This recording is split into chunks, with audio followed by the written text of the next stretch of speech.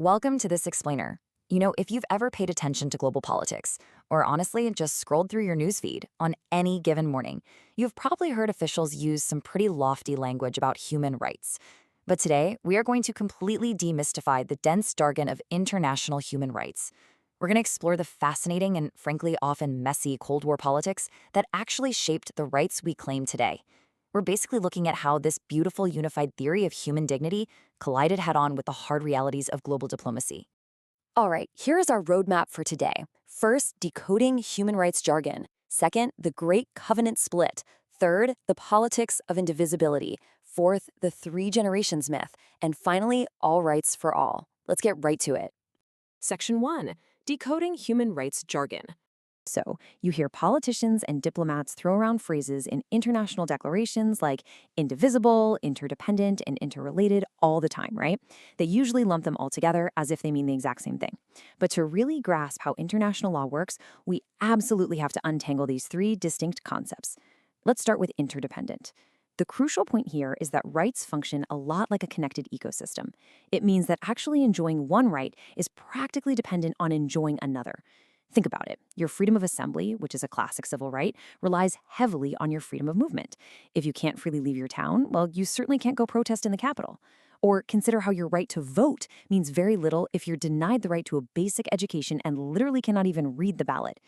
Enjoying only one of these rights leaves you less than half as well off as enjoying both. Next up, we have interrelated. Think of this as the shared DNA across different categories of rights. It means they share common characteristics and similar legal foundations. And it's actually quite surprising when you look closely at the documents. For instance, when you examine the major international civil rights covenant alongside the economic rights covenant, they actually share identical preambles. They share the exact same non-discrimination provisions, and they both include the identical right to self-determination. They are legally and fundamentally related to one another. Finally, we have indivisible. Now, this is the heavyweight term of the three. It literally means incapable of being divided. That division is either impossible or it destroys the thing entirely. Much like the concept of the Holy Trinity in religion or the philosopher Thomas Hobbes' view of sovereignty, this incredibly powerful term means you cannot break rights apart without destroying their fundamental essence. You just cannot slice human dignity down the middle. And distinguishing between these concepts is absolutely crucial. While interdependent suggests two separate things supporting each other in mutual harmony, indivisible is a much, much harder line. It's exactly why human rights aren't a menu or a buffet where states can just pick and choose what they feel like enforcing. Indivisibility acts as the ultimate roadblock against that kind of behavior. For you and me, the reason this really matters is that it prevents authoritarian regimes from claiming they're champions of human rights just because they feed their citizens, while at the very same time denying them the right to vote or speak freely. Section 2. The Great Covenant Split. So despite that beautiful theory of unity we just laid out, the actual history of international human rights law involved a very dramatic and highly politically charged compromise. Let's trace how this all built up over time. Back in 1948, the world adopted the Universal Declaration of Human Rights, which wonderfully combined both civil and economic rights into one package. But translating that grand declaration into legally binding treaties, that was a totally different story. In 1949, the UK proposed a draft restricted mainly to civil and political rights. And there is a deep historical irony here. The UK, which was a massive champion of the unified 1948 declaration, almost immediately tried to restrict it just a year later. Why? Because, frankly, guaranteeing economic rights like housing and healthcare to everyone in their empire was seen as way too expensive. Developing nations and socialist states pushed back hard on this.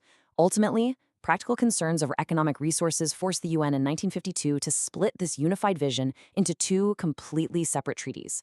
And it took all the way until 1966 for both to finally be adopted.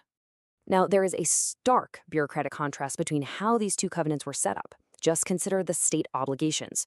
For civil and political rights, states had to adopt laws and provide immediate, effective remedies.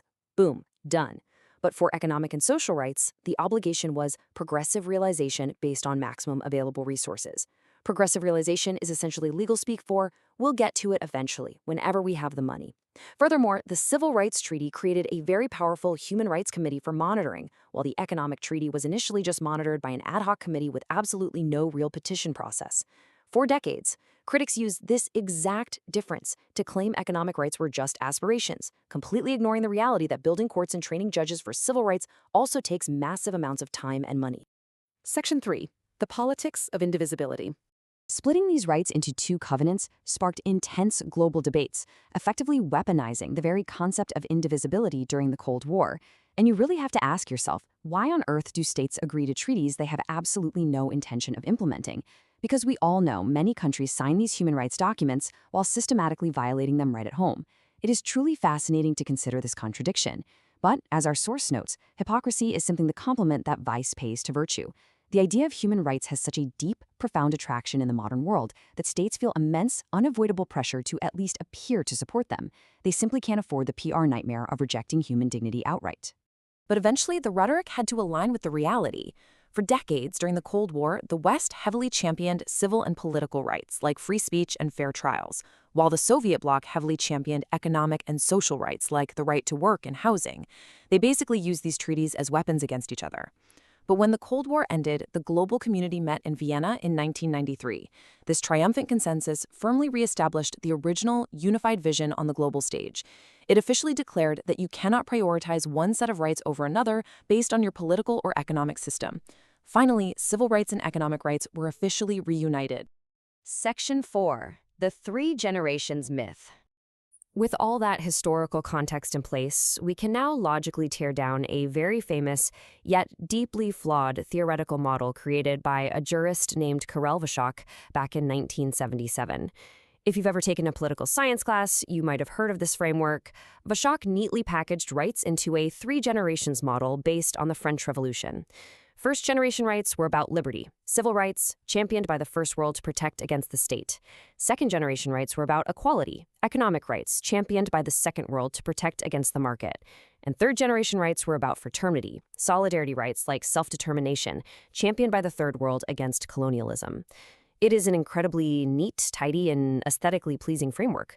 Sounds great in theory, right? But here is the thing. We really need to critically examine this framework. Because as tidy as it is, it's actually dangerously wrong. First of all, it is just historically inaccurate. Early Western thinkers like John Locke explicitly included property, which is an economic right, in their core philosophies. And here's a super surprising historical fact. Ironically, it wasn't just socialists pushing for welfare. It was the deeply conservative Otto von Bismarck who actually built the early welfare state in Germany just to maintain social order. Second, the Vashok's model gives wildly excessive emphasis to third-generation rights, which actually make up only a tiny, tiny fraction of international law. But worst of all, it is fundamentally in tension with the concepts of indivisibility we literally just learned about. It suggests rights are competing, chronological alternatives, driving permanent wedges between categories that are supposed to be completely 100% unified. Section 5. All rights for all. Ultimately, viewing rights through these fractured generations or segregated treaties completely misses the foundational core of international human rights law. This simple yet profoundly powerful imperative is our ultimate takeaway: all human rights for all. It transcends the bureaucratic squabbles of the 1950s and all the geopolitical posturing of the Cold War. It reminds us that true human dignity isn't some piecemeal offering. It requires the total, undivided package of protections. When you are reading the global news today, I want you to remember this. Whether it's the right to speak your mind without fear of arrest or the right to have enough food on your table to feed your family, you cannot have one without the other. So I'm going to leave you to reflect on this tension. As we've seen, human rights are supposed to be an unbreakable ecosystem. Yet today, we constantly see powerful states pointing to booming economies to justify silencing journalists, or democracies touting free speech while their own citizens can't even afford basic health care. If rights are truly indivisible, can any state really claim to be a champion of human dignity if it only provides half the equation? The battle over human rights isn't just history. It is happening everywhere right now. Thank you for joining me on this explainer, and keep questioning the frameworks we use to understand our world.